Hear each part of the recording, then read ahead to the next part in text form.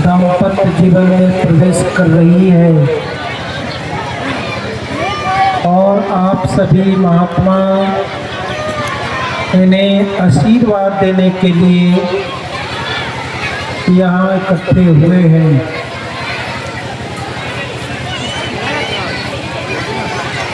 साथ संगत जी,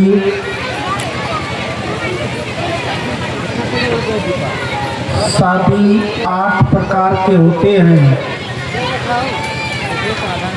और उन 8 प्रकार के शादी में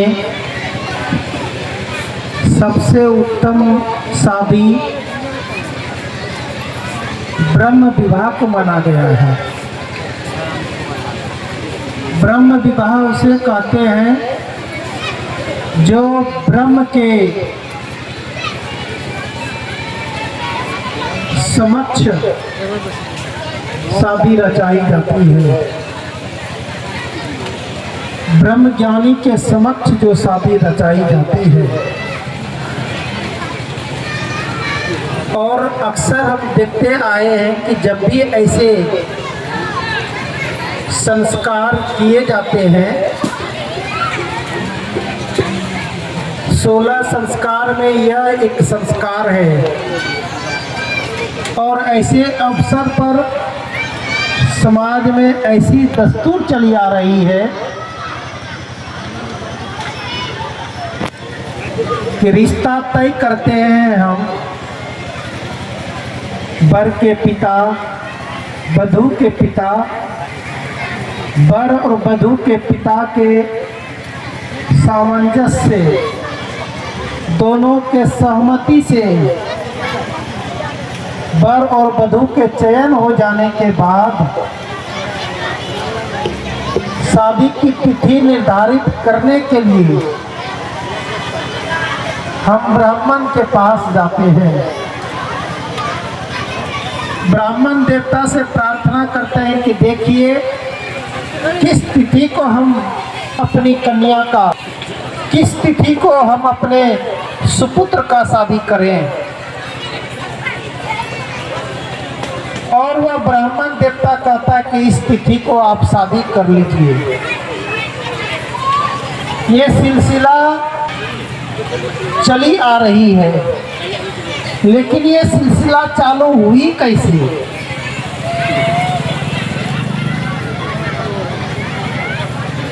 शुरुआती समय में जब ये सिलसिला शुरू हुआ तो समाज को सही मार्गदर्शन देने के लिए ब्रह्म को जानने वाला ब्राह्मण हुआ करते थे। और ब्राह्मण की परिभाषा भी हम सभी वेदों में भी पढ़े हैं। ब्रह्म जनाति ब्राह्मण, जन्मे जायते शूद्र। जो ब्रह्म को जानता है वह ब्राह्मण है। जन्म से तो सभी शूद्र हैं, क्योंकि सभी माँ के गर्भ से ही जन्म लेते हैं। लेकिन जो ब्रह्म अर्थात ईश्वर को जो जानता है वह ब्रह्म ज्ञानी कहलाता है। और ब्रह्म ज्ञानी दूरदर्शी होता है, ब्रह्म ज्ञानी समदर्शी होता है। ब्रह्म ज्ञानी जिनको जो आशीर्वाद दे दे उसका कल्याण निहित है। इसीलिए ब्राह्मण की पूजा, ब्रह्म ज्ञानियों की पूजा जुगों जुगों से होती आ रही है। लेकिन जिस ब्राह्मण को आज बुला करके हम शादी संस्कार करते हैं, यदि उसको पूछे कि भगवान किधर है, ईश्वर किधर है, तो उसको खुद भी पता नहीं है। तो वह तो जाति के ब्राह्मण हो सकते हैं, लेकिन कर्म के ब्राह्मण नहीं है।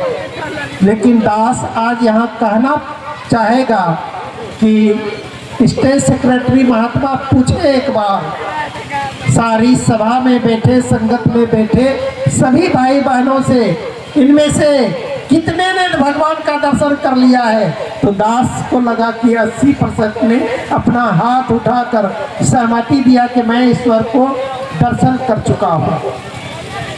यानी जितने लोग यहाँ बैठे हैं ये ब्राह्मण है, क्योंकि इन्होंने ब्रह्म का दर्शन कर लिया है। साथ संगत जी, ऐसे संस्कार ब्राह्मण के हजूरी में ही आज यहाँ हो रही है। ऐसे संस्कार जब संपन्न किया जाता है तो हम देखते हैं कि पंडित जी पुरोहित हाथ में जल ले लेते हैं, दूब ले लेते हैं और एक वैदिक मंत्र का उच्चारण करते हैं, जिस मंत्र को हमेशा किसी भी अनुष्ठान में, शुभ अनुष्ठान में उसको पढ़ा जाता है। ओम पवित्रो वा सर्वावस्था यतो विभा ये सुमरे पुंडरीकाक्ष सो अंदर बाहर शुचि। लड़का और लड़की के ऊपर जल को छिड़क देता है। इस वैदिक मंत्र का यदि अर्थ हम निकालें तो साथ संगत यही भाव आता है कि ओम पवित्र अपवित्र वा, जो चाहे पवित्र है या अपवित्र है, किसी भी अवस्था में है, कहीं भी है, जो इस पुंडरीकाक्ष को, इस निर्गुण निरंकार अविनाशी को याद करता है, वह अंदर और बाहर से दोनों तरफ से शुचि अर्थात पवित्र हो जाता है। तो साथ संगत जब से यहाँ कार्यक्रम शुरू हुई है, सबने इस पुंडरीकाक्ष अर्थात इस निर्गुण निरंकार अविनाशी को याद किया। एक और दूसरा उदाहरण, महाभारत का 13वां दिन युद्ध चल रहा था। पांडव सेना विजय की ओर बढ़ते जा रहे हैं। कौरव सेना दिनों दिन हताश निराश हो रहे हैं। अर्जुन को एक दिन सूक्ष्म अहंकार हो जाता है। वह चेहरा में दर्पण में अपना चेहरा देख रहा है। तब तक भगवान कृष्ण का आगमन हो जाता है। भगवान कृष्ण अंतर्यामी समझ गए कि पार्थ को सूक्ष्म अहंकार हो गया है। कहता है पार्थ चलो आज गंगा स्नान करने के लिए। गंगा स्नान करके आते हैं तब युद्ध में चलेंगे। गंगा स्नान करने के लिए जाते हैं तो रास्ते में भगवान कृष्ण ने एक लीला किया, रथ को रोक दिया और कहने लगा पार्थ तुम इसी जगह रुको, मैं नित्य क्रियाओं से निवृत्त होकर के आता हूँ। भगवान कृष्ण उधर चले जाते हैं। इधर देखता है कि गंगा नदी के तरफ से एक कुत्ता आ रहा है और एक कुत्ता गंगा नदी के तरफ जा रहा है। दोनों का मिलन उसी जगह अर्जुन के रथ के सामने होता है। नदी के तरफ से आने वाला कुत्ता से नदी के तरफ जाने वाला कुत्ता पूछ रहा है क्या यार भोजन किए? तो नदी के तरफ से आने वाला कुत्ता कह रहा है कि हाँ शमशान से आ रहा हूँ, वहाँ मुर्दा लाश तो बहुत ताजा था लेकिन मैंने उसको भोजन कब किया। कहा कि क्यों नहीं किया? कहा कि उसका हर चीज अपवित्र था इसलिए मैं उसका भोजन कबूल नहीं किया। साथ संगत जी उस समय के पशु पक्षी के भी भाषा समझते थे। अर्जुन का मन क्षुब्ध हो गया। तब तक साथ संगत कुत्ता दोनों दिशा में चला जाता है। भगवान कृष्ण तब तक आ जाते हैं, कहते हैं चलो अर्जुन अब गंगा स्नान करते हैं। अर्जुन कह रहा है महाराज मैं अब गंगा स्नान नहीं करने जाऊंगा। कहा कि क्या हुआ?